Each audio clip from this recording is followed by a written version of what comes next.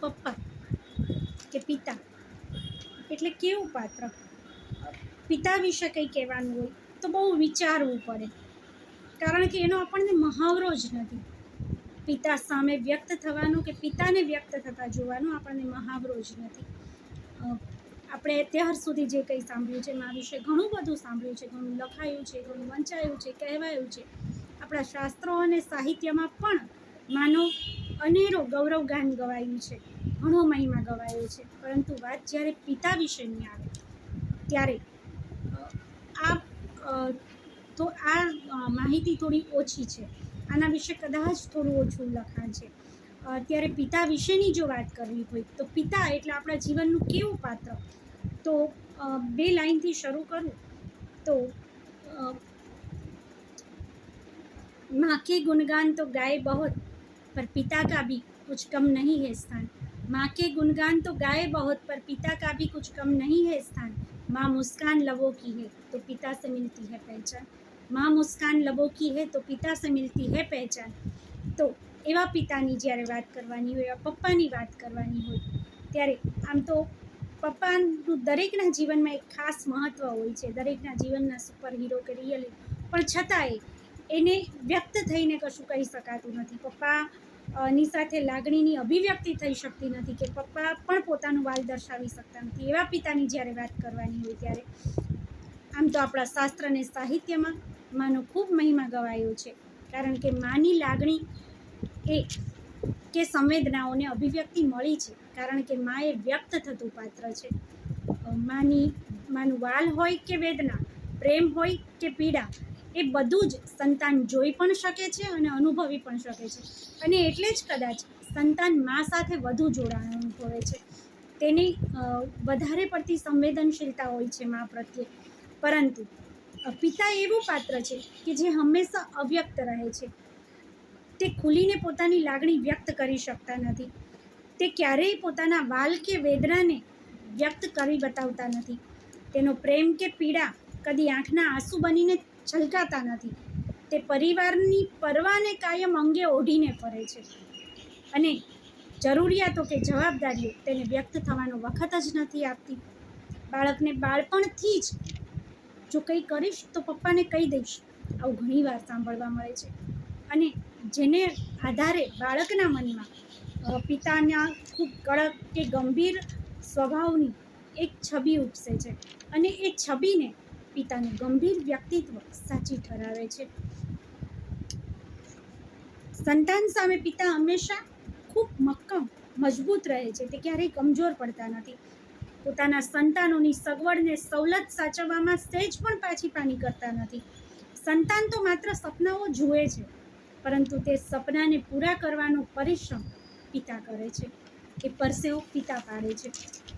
અને એટલે જ પપ્પા માટે જો 2 લાઈન કહેવી હોય તો એટલું કહી શકાય, પપ્પા એટલે પાવનધામ, પપ્પા એટલે મજબૂત ચટ્ટાન. પપ્પા એટલે પાવનધામ, પપ્પા એટલે મજબૂત ચટ્ટાન. પપ્પા એટલે માથેનું છત્તર, પપ્પા એટલે આખુંય મકાન. પપ્પા એટલે આખુંય મકાન.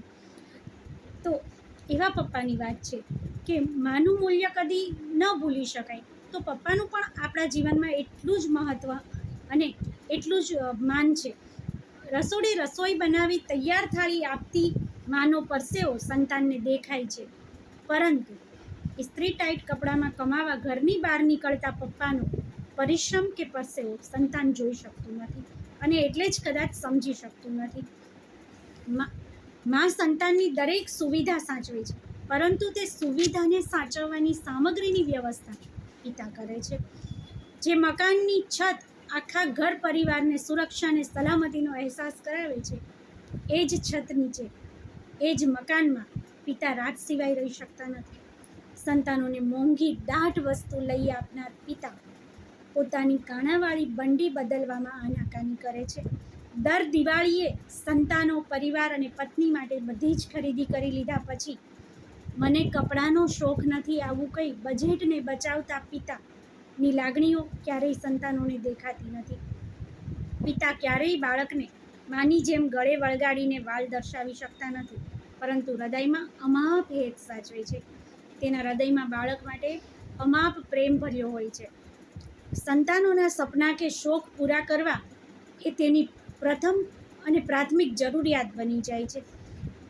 એક પુરુષ જ્યારે પિતા બને છે ત્યારે તે પુરુષ, પતિ, મિત્ર, પુત્ર આ બધા જ સંબંધો ભૂલાવી માત્ર ને માત્ર પિતા બની જાય છે અને સતત પરિશ્રમને પરસેવો પાડી પોતાના સંતાનોની નાનામાં નાની જરૂરિયાત પૂરી કરવા તે અથાગ પ્રયાસો કરે છે. પિતાનો પ્રેમ ક્યારેય પારખી શકાતો નથી.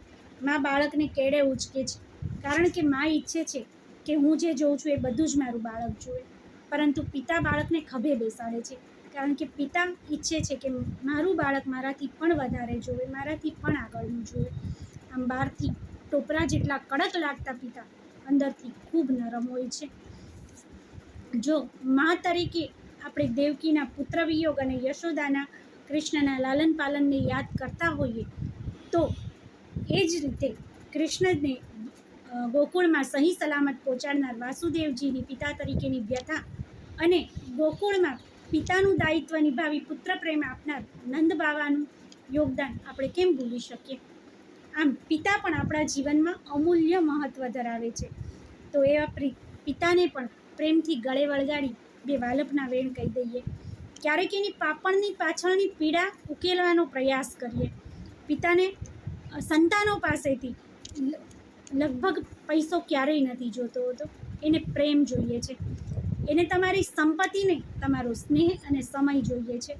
બની શકે તો જે પિતાએ પોતાના પિતાના પાત્રને ન્યાય આપવા પોતાની અંગત ઈચ્છાઓને અન્યાય કર્યો છે તેની કદર કરીએ, તેનું મૂલ્ય સમજીએ. કારણ કે આ પિતાને તમે કોઈ ભેટ, સોગાદો, પૈસો કે પ્રતિષ્ઠા નહીં આપો ચાલશે, એનો એને વસવસો પણ નહીં હોય.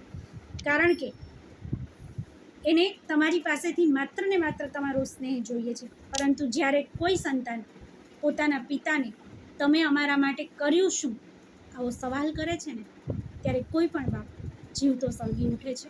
કારણ કે એ બાપ છે દોસ્ત, એ ગણાવી નથી શકતો એણે શું કર્યું. તો ક્યારેય આવો પ્રશ્ન ના કરતા, કારણ કે તમારી સુધરેલી જિંદગી એ એની બગડેલી ઉંમરનું કરજદાર છે, અહેસાનમંદ છે. તમારા બ્રાન્ડેડ કપડાં એ એની દરેક કાણાવાળી બંડી અને રફુવાળા પેન્ટ ના પ્રતાપે છે. તો જો માને દેવીનો આદર આપીએ તો પિતા પણ એ જ મંદિરનો ભગવાન છે, એ ભૂલવું નહીં. કેમ કે પપ્પા એટલે મારા રિયલ હીરો. મારું પપ્પાથી વધે મારું માનને પાન. પપ્પા એટલે સુરક્ષા ને સલામતીનું સૌ પહેલું એ મારું સ્થાન.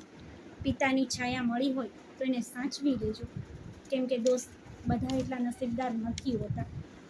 તો આ પિતાની છાયાને સાચવી લેજો, ગળે વળગી અહીંયાની હૂંફ આપી દેજો અને વાલના બે વેણ કહી દેજો.